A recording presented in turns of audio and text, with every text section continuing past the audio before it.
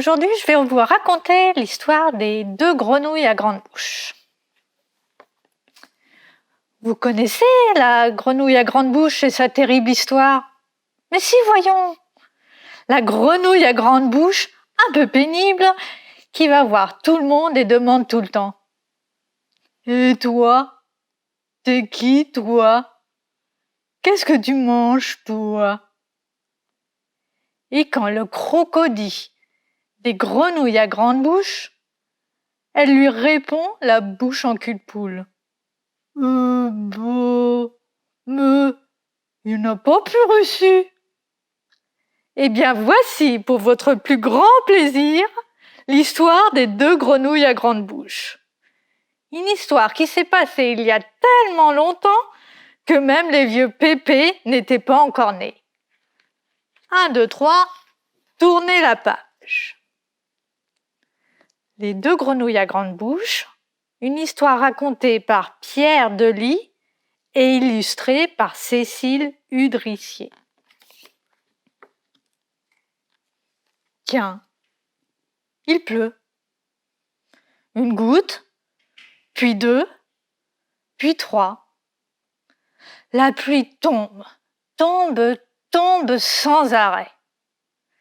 Qui a ouvert les robinets du ciel? Qui fait déborder la baignoire des nuages?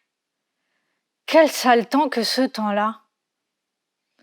Il pleut, il mouille, c'est la fête à la grenouille. Ça continue et ça n'en finit plus.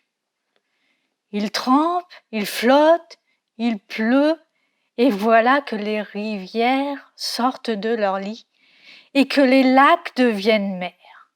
Quel déluge! Quelle catastrophe! Tout le monde perd la tête, sauf une famille qui construit un bateau. Un bateau pas que beau, un bateau solide et aussi grand que possible. Chantons sous la pluie, nous chantons sous la pluie. Hélas, il n'y aura pas de place pour tout le monde, dit le capitaine. 2 de ci, 2 de ça, 2 de chaque. À chacun et une chacune, pas moyen de faire plus, pas moyen de faire mieux. Le capitaine commande et la mer veille. On fait entrer les beaux animaux, normal. On fait entrer les terribles, pas le choix. On fait entrer les pénibles, c'est ainsi. Et on fait entrer les pires. Oh non, pas elles, pas les deux grenouilles à grande bouche. Et si. Bateau sur l'eau, la rivière, la rivière. Dès le début, sur le bateau, c'est la galère. Tout le monde est serré, personne n'a choisi son voisin, et en plus, il y en a qui chantent. Et qui chantent mal, les grenouilles à grande bouche. Et qui chantent fort, les grenouilles à grande bouche. Et qui chantent tout le temps, les grenouilles à grande bouche. Il était un petit navire, il était un petit navire qui n'avait jamais navigué. Ohé, ohé. Les passagers commencent à parler. Moi, je crois que la pluie, c'est de leur faute à ces vilaines grenouilles.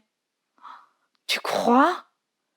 Mais si c'est elle, et si elle continue comme ça, on sera jamais au sec, c'est sûr. Ohé, ohé, matelot, matelot navigue sur les flots. Cela fait 240 jours et 240 nuits que tout le monde est enfermé sur le bateau. Autour, de l'eau. Rien que de l'eau. Beaucoup trop d'eau. Les passagers ont de plus en plus de mal à se supporter. Les hiboux font passer des nuits blanches à ceux qui leur font passer des nuits noires. Les carnassiers donnent des angoisses aux herbivores et tout le monde se relaie pour surveiller les termites. Si au moins les grenouilles à grande bouche pouvaient s'arrêter, juste 5 minutes, ce serait bien. Mais non, pas du tout. Elles continuent de chanter. Maman, les petits bateaux qui vont sur l'eau, ont-ils des jambes? À la surface du pays des poissons, tout le monde divague. Il faut que ça s'arrête. Quand soudain, on entend crier « Terre! Terre !» Tout le monde accourt. Et on regarde à gauche, et on regarde à droite, et on regarde devant, et on regarde derrière. Pas d'île, rien à voir, sauf les 2 grenouilles à grande bouche qui rient et qui se marrent. Hein, c'est une blague.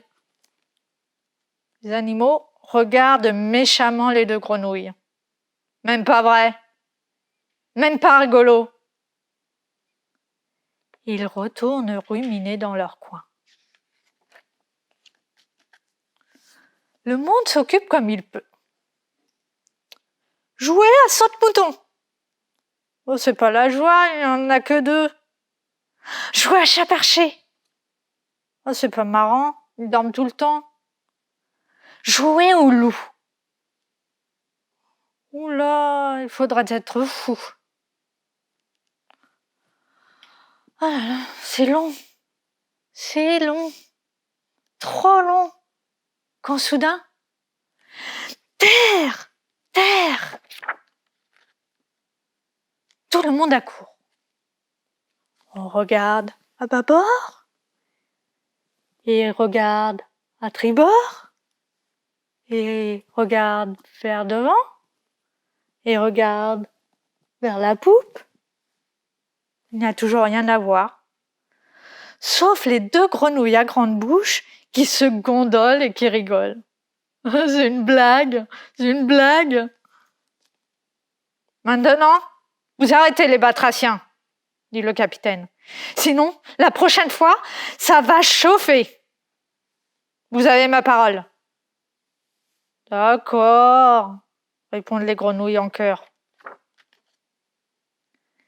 Les passagers ont à peine le temps de se calmer que l'on entend à nouveau « Terre! Terre !» Les grenouilles ont osé recommencer. C'est une blague.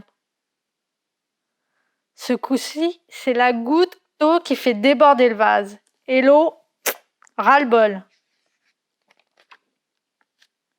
Le capitaine s'avance. Il a l'air terrible.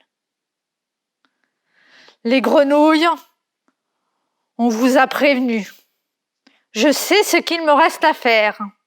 Je n'ai pas le choix.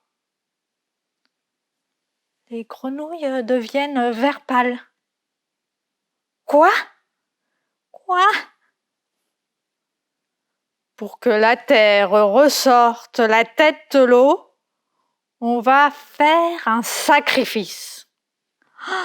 Tous les animaux sourient et chantent en chœur. On va faire un sacrifice, on va faire un sacrifice. Oui, continue le capitaine en sortant son sabre d'abordage. Je suis sûr maintenant, c'est ce qu'il faut faire. On va zigouiller quelqu'un.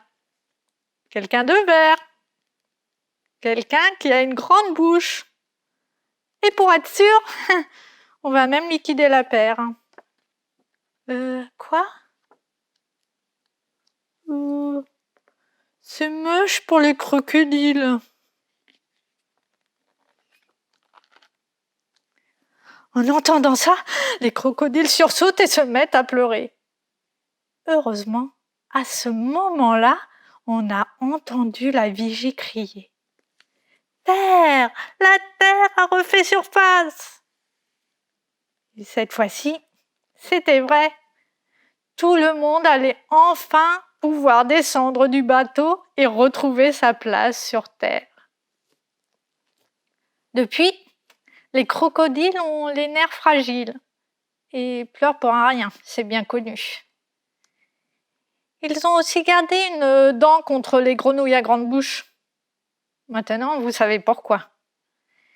Et les grenouilles à grande bouche, elles continuent de plus belle, toujours prêtes à casser les orteils et les oreilles. Elles chantent. Ah, les crococos, les crococos, les crocodiles sur les bords du Nil. Au revoir, les grenouilles à grande bouche.